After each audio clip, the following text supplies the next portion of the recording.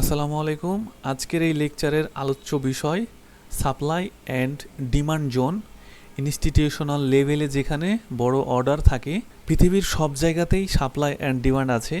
যেখানে বেচা কিনা আছে সেখানে সাপ্লাই অ্যান্ড ডিমান্ড আছে। আমরা আজকে খুব সহজভাবে সাপ্লাই অ্যান্ড ডিমান্ড জোন নিয়ে আলোচনা করব এবং বুঝাবো, এবং আশা করি আপনি খুব ডিপলি বুঝে যাবেন সাপ্লাই অ্যান্ড ডিমান্ড জোন কী জিনিস, এটা কিভাবে আসলো এবং কেন তৈরি হইলো, এখানে কারা ট্রেড এক্সিকিউট করে এবং সাপ্লাই অ্যান্ড ডিমান্ড জোন থেকে কেন বারবার প্রাইস রিজেকশন করে বিপরীত দিকে যায়, আমরা সব আজকে দেখব। ফরেক্সে বা ট্রেডিংয়ে সাপ্লাই অ্যান্ড ডিমান্ড জোন হলো এমন একটা জোন যেখানে প্রাইস পূর্বের মুভ করেছে এবং ভবিষ্যতে সেখান থেকে বারবার প্রতিক্রিয়া বা রিজেকশন পাওয়ার সম্ভাবনা থাকে। এটা তার মূল কনসেপ্ট। এখন আমরা তাকে ভাঙ্গা ভাঙ্গা সব বিস্তারিত আলোচনা করব।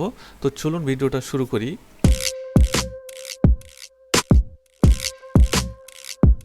আচ্ছা আসেন আমরা প্রথমে সাপ্লাই জোনটা নিয়ে একটু ব্যাখ্যা করি। সাপ্লাই জোনটা কি? সাপ্লাই জোনটা হচ্ছে সেই জায়গাটা যেখানে উচ্চ মূল্যের বিক্রয়ের চাপে দাম পড়ে যায়। ওকে, উচ্চ মূল্যে ধরুন আপনার একটা প্রোডাক্ট আছে, এখানে আপনার প্রাইস 200 টাকা। ওকে, এই জায়গাতে মার্কেট অনেক বিক্রি করা শুরু করেছে। মার্কেট যখন 10 টাকা ছিল, এইখানে যখন মার্কেটটা 10 টাকায় ছিল, মার্কেটটা 200 টাকাতে যখন আসছে তখন মানুষ অনেক কি করছে, বিক্রি করা শুরু করছে। এই বিক্রি করার কারণেই অতিরিক্ত যখন বিক্রি করা শুরু করবে তখন কিন্তু মানুষ আর নিতে চাইবে না। ওই সময়তে কী হবে, মার্কেটটা ডাউন হইতে থাকবে, দামও পড়তে থাকবে এবং মার্কেটও ডাউন হইতে থাকবে।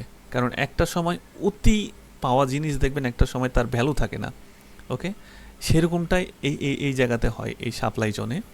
আমরা যদি এখন ডিমান্ড জোনটা নিয়ে একটু কথা বলি তাহলে আমরা যা দেখতে পাবো সেটা হচ্ছে যে কম মূল্যে কেনার চাপে, বুঝুন ভালো করে, কম মূল্যে কেনার চাপে দাম বেড়ে যায়। এটা হচ্ছে ডিমান্ড জোন। কম মূল্যে কেনার চাপে দাম বেড়ে যায়। ধরুন আপনার একটা প্রাইস এই জায়গাতে 200 টাকা ছিল, আপনাকে এর আগে যেটা দেখাইলাম এই জায়গাতে 200 টাকা ছিল। আপনি এই জিনিসটা এখন এই জায়গাতে 10 টাকাতে পাচ্ছেন, মাত্র 20 টাকাতে পাচ্ছেন, ধরেন 20 টাকায় পাচ্ছেন।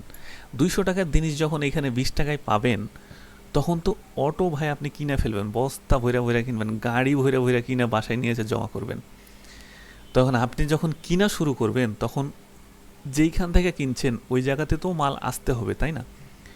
ওই জায়গাতে মালটা শর্ট হয়ে যাবে, আপনার এই জায়গাতে মাল শর্ট হয়ে যাবে না। আপনি 20 টাকাতে যখন অতিরিক্ত কিনে ফেলবেন এখানে মাল কমে যাবে। তখন কি করবে, যারা ব্যবসায়িক আছে তারা ওই জিনিসটার দাম বাড়াই দিবে, আর যখনই দাম বাড়াই দিবে তখন মার্কেট উপরে চলা শুরু করবে। সেটা গেছে, ঠিক আছে, এবং ডিমান্ড বাড়তে থাকে, দামও বাড়তে থাকে। তাহলে আমরা এই সাপ্লাই অ্যান্ড ডিমান্ড জোনের কাহিনীটা বুঝছি। এই সাপ্লাই অ্যান্ড ডিমান্ড জোনটা দেখবেন যে ম্যাক্সিমাম টাইম বড় বড় হেজ ফান্ড, বড় বড় দাদারা যারা বসে আছে তারাই দেখবেন যে এই এই এই এই জায়গাগুলোতে বেশি মার্কেটের মুভমেন্টটা তারা নিয়ন্ত্রণ করে আর কি। আমি তো রিটেলার ট্রেডার, আমি কয় ডলার কিনি, $100, $200, $500, $1000, $2000, $20,000 কিনতে পারি। কিন্তু যারা হেজ ফান্ড, ব্যাংক থেকে যারা ট্রেড করে তারা lakh lakh billion billion dollar এখানে ইনভেস্ট করে, তারাই মার্কেটের মুভ চেঞ্জ করে ফেলে। এইখানে যখন একটা প্রাইস 20 টাকাতে পাওয়া যাচ্ছে, তারা দেখা যাচ্ছে যে এই জায়গার ওপরেই 1 মিলিয়ন কিনে ফেললো। 1 মিলিয়ন যদি কিনে ফেলে তাহলে মার্কেট তো অবশ্যই দুমদুম করে উপরে যাবেই, স্বাভাবিক। আপনাকে যদি আমি আরেকটু খোলাসা করে বলি এবং আরেকটা যদি টেকনিক আপনাকে বইলা দিই তাহলে আপনি অনেক খুশি হবেন আমার প্রতি। তো খুশি হলে কিন্তু চ্যানেলটা সাবস্ক্রাইব করবেন অবশ্যই। হ্যাঁ, এই যে ধরুন এই জায়গাটা, হ্যাঁ, এখানে এই জায়গাগুলোতে বারবার রেঞ্জটা বাউন্ডিং করছে কেন? এটা করার একমাত্রই কারণ, একটা জায়গা থেকে ধরুন যে এই জায়গা থেকে যদি বড় প্লেয়াররা, বিগ প্লেয়াররা যদি বাই সেল করে তাহলে এই জায়গার মধ্যে প্রাইসটা আবারও কামব্যাক করতে চায়। কেন কামব্যাক করতে চায়? এটার কারণ একটাই, সেটা হচ্ছে অনেক সময় তাদের সব অর্ডার কি হয় না, একবারে ফিল আপ হয় না। বড় বড় হেজ ফান্ডের সব অর্ডার একবারেই ফিল আপ হয় না, মানে এক্সিকিউট হয় না।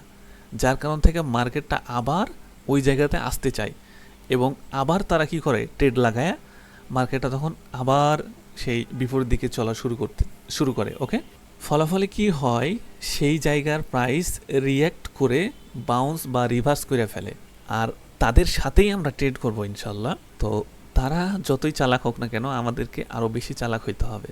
তারা যদি চলে ডালে ডালে, আমরা চলবো পাতায় পাতায়, যেহেতু আমাদের ক্যাপিটাল অল্প, তাদের ক্যাপিটাল বেশি।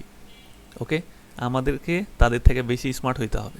অল্প ক্যাপিটাল, একটু মুভে আমরা ওই যে মাটি নিচে আর কি। আশা করি আমরা সকলেই সাপ্লাই অ্যান্ড ডিমান্ড জোনের যে মেন কনসেপ্টটা এটা বুঝে গেছি। আমরা এখন চার্টে যাব, চার্টে যাই আমরা আরও ভালোভাবে দেখব সাপ্লাই অ্যান্ড ডিমান্ড জোনের মেন কাহিনীটা, যে মার্কেট বারবার কেমনে রিজেকশন করিয়া একটা নির্দিষ্ট দিকে চলতে শুরু করে। আমরা এটা চার্টে যেয়ে দেখব। তাহলে আমাদের মধ্যে তো আর কোনো ঝামেলা নাই ভাই, যে সাপ্লাই কি অ্যান্ড ডিমান্ড কি, কেন এটা কিভাবে কাজ করে। অনেক ভিডিও দেখবেন সাপ্লাই ডিমান্ড নিয়ে অনেক মানে জগা খিচুড়ি বানায় ফেলে। অত বেশি প্যাঁচপুস রাখার দরকার নাই ভিতরে ভাই। সলিড নলেজ নিয়ে সলিড ট্রেড করবেন। তো এখন আর বকবক করবো না, চলুন আমরা চার্টে চলে যাই। আমরা এখন ইথেরিয়ামের একটা লাইভ চার্টে আছি। আমরা এইখানে দেখব সাপ্লাই অ্যান্ড ডিমান্ডের কাহিনিটা। আমরা যদি সাপ্লাই ডিমান্ড আইডেন্টিফাই করতে চাই, তাহলে আমরা এখানেই দেখতে পাচ্ছি। এখানে যদি আমরা একটা রেক্ট্যাঙ্গুলার ড্র করি, তাহলে দেখব এখান থেকে আমাদের ডিম্যান্ড জোন আছে হেভি পরিমাণে। আমরা দেখব যে বারবার এখান থেকে ডিমান্ড নিয়ে উপরে গেছে, এখান থেকে বারবার ডিমান্ড নিয়ে উপরে গেছে, মাল্টি টাইম এখান থেকে উপরে গেছে। আমরা এটাকে একটা কি জোন বলতে পারি, এটা আমরা একটা ডিমান্ড জোন বলতে পারি। তাহলে এখানে যদি আমরা লিখে দিই যে ডিম্যান্ড জোন, ওকে, তাহলে আমরা কিন্তু এখানে একটা ডিমান্ড জোন আঁকছি। তো এইটা ডিমান্ড জোন কেন হইলো ভাই, আপনারা একটা জিনিস দেখবেন, এই জায়গাতে বারবার মার্কেটটা কি করছে, রিজেকশন নিচ্ছে। এইখান থেকে নিয়েছে, এইখান থেকে নিয়েছে, এইখান থেকে অনেকবার ভাই, অনেকবার নিছে। এই জন্যে আমি এটাকে বলতেছি যে এটা একটা ডিম্যান্ড জোন। তো সাপ্লাই জোন কোনটা ভাই? সাপ্লাই জোন এটা ধরেন, এটা সাপ্লাই জোন ধরেন। এইখানে মাল্টি টাইম কি করছে, রিজেকশন দিছে, এটা সাপ্লাই জোন। মার্কেট এখান থেকে সাপ্লাই করছে, এখান থেকে মার্কেট ডিমান্ড করছে। তো এই হলো কি রে সাপ্লাই অ্যান্ড ডিমান্ড জোন, আমরা যেটাকে বলি সাপোর্ট অ্যান্ড রেজিস্ট্যান্স। যদিও আমরা এখন কিন্তু 15 মিনিট টাইম ফ্রেমে আছি, যদি আমরা এটা 5 মিনিট কিংবা 1 মিনিট টাইম ফ্রেমে চলে যাই, আমরা আরও মাল্টিপল টাইম দেখব যে আমরা এই জায়গাতে বারবার রিজেকশন খাইছে। ওকে, আমরা যখন হায়ার টাইম ফ্রেমে অল্প কয়েকটা রিজেকশন দেখতে পাই, আমরা এটা যদি লোয়ার টাইম ফ্রেমে যাই, তাহলে এই রিজেকশনগুলো ডাবল হয়ে যায়। ওকে, তাহলে বুঝছেন এটা। আমরা সামনে আরও দেখতে চাই, যদি আরও কয়েকটা দেখাই আপনাকে বিষয়গুলো। এখানে দেখবেন এই যে এই জায়গাটা, এটা হচ্ছে একটা ডিম্যান্ড জোন। ওকে, মাল্টি টাইম এখান থেকে ডিম্যান্ড নিয়েছে, এটা হচ্ছে একটা ডিম্যান্ড জোন।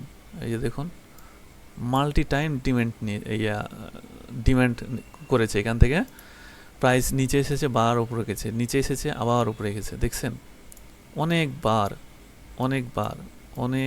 এখান থেকে উপরে গেছে। এটা নিতে পারেন। এটা হচ্ছে আমাদের কি জোন ভাই? এটা হচ্ছে আমাদের ডিম্যান্ড জোন। তো আমরা যখন একটা সাপোর্ট তৈরি করব, আমরা সাপোর্টকেই ডিমান্ড ধরতে পারি এক পর্যায়ে করে। তো আমরা যখন একটা গুড সাপোর্ট পাওয়া যাব, এবং ওই জায়গাটা আমরা বলবো যে ডিম্যান্ড জোন, এবং এটা একটা মারাত্মক লেভেলের ডিম্যান্ড জোন। কেন? কারণ এখানে মাল্টি টাইম রিজেকশন খাইছে। এখানে প্রাইসটা বলেন, প্রাইস কত আছে এখানে? 2440। ওকে, এই 2440-এ মার্কেট জয়বারই এসেছে, তয়বারই তাকে উপরে পাঠাই দিছে। ওকে, তাহলে এই 2440 যে প্রাইসটা, এই 2440 যে প্রাইসটা, এটা হাইলি ডিম্যান্ড করেছে কেরা? বায়ারেরা। এই 2440টা তারা মনে করতেছে অনেক কম, যার কারণ থেকে তারা অনেক কি করতেছে, বাই করতেছে, কিনতেছে। আর যখন কিনবে তখন তো মার্কেট উপরে যাবেই, এটাই স্বাভাবিক। ওকে, আমরা এখন সাপ্লাই জোন দেখতে চাই। সাপ্লাই জোন একটু ভালোভাবে, সাপ্লাই জোন না পাইলে হয়।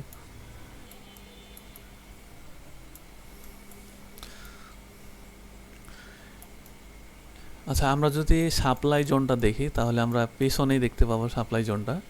আমরা এখানেই যদি সাপ্লাই জোনটা ড্র করি তাহলে যেটা পাবো সেটা হচ্ছে এই যে এটা।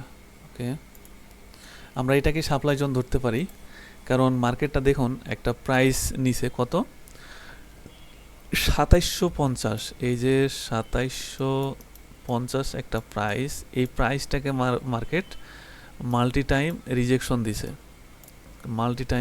দিছে, এই প্রাইস থেকে। আমরা এটাকে সাপ্লাই জোন ধরতে পারি। ২৭৫০ থেকে মার্কেটটা বারবার কি করছে, ডাউনে গেছে। এই হচ্ছে কি সাপ্লাই অ্যান্ড ডিমান্ডের মেন খেলা। আপনি যদি আরও বুঝতে চান তাহলে আপনাদেরকে আমি আরও দেখাইতে পারবো, কিন্তু অত সময় নাই ভাই দেখানোর।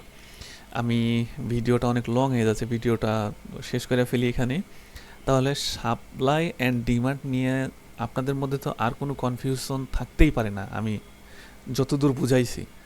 ঠিক আছে, সাপ্লাই কি আমি আবারও একটু রিপিট করে দিই।